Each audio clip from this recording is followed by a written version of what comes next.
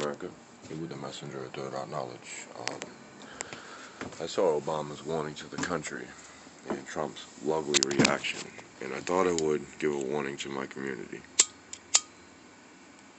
Most of you already know where I'm personally from and reside, which is in the state of Massachusetts. We've seen a skyrocket in COVID-infected numbers. COVID infections, the numbers have skyrocketed.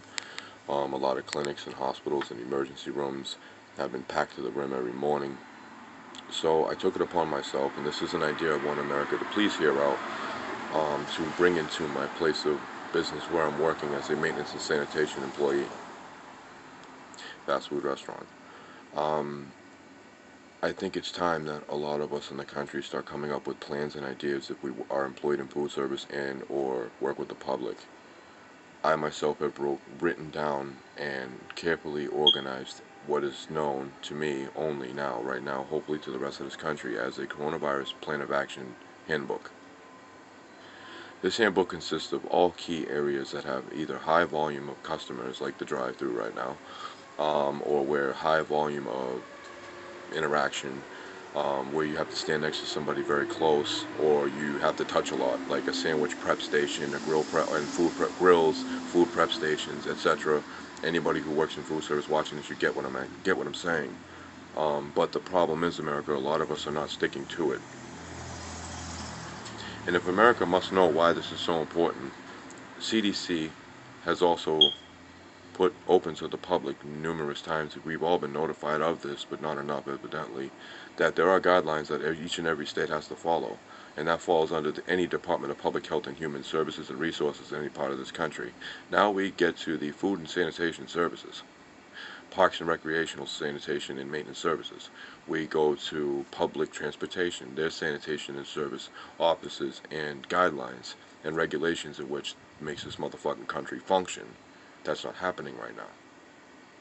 So my suggestion to a lot of individuals that are working with the public, whether it's food, whether it's transportation, whether it's serving the public, whether it's a retail store or supermarket, you must have a guidebook or some kind of plan of action to prevent and maintain prevention of COVID-19.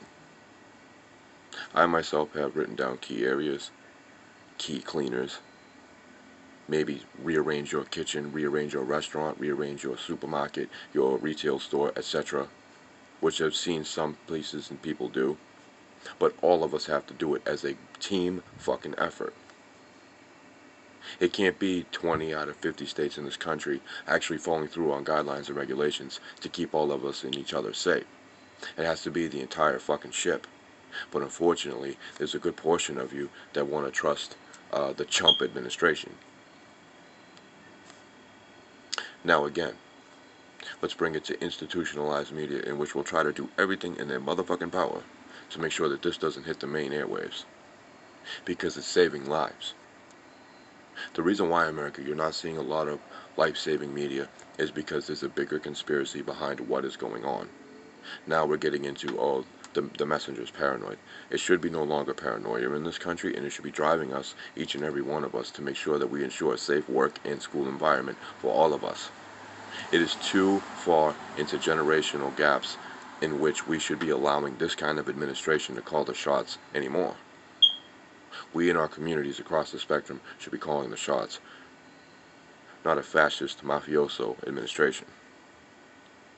So feel free, America, to share this in an email with a loved one, a coworker, a manager, whatever your case may be, and sit down in your next day of work with your team in a downtime where you have the allotted amount of time to discuss a plan of action in which all of you can follow. And if anyone you find in your team is not part of the game and don't want to be part of this game, to save your lives, you need to relieve them of their duties in your businesses immediately. They're going to make you sicker. The ones that bark out, "I don't get paid enough to care," these are the people that need to be relieved of their duties.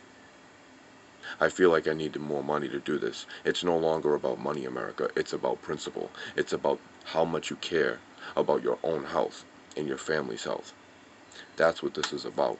And until a good portion of you in this country realize that maybe at this point in time with COVID, it's no longer solely about money anymore and materials to prevent this, we need to start realizing that we can make our own materials to prevent this. The reason why masks and PPE and all these other things are now becoming harder and harder and harder to get. You just don't hear about it on mainstream institutionalized right-wing media, is because they don't want you to know where they're sending it. They're not sending it to hospitals in inner cities. They're not sending it to food service industries in inner cities. They're sending it to key states in which will put homeboy Trump back in the presidential seat. It's all about votes, and it's all about money. It's about connections, and it's about Trump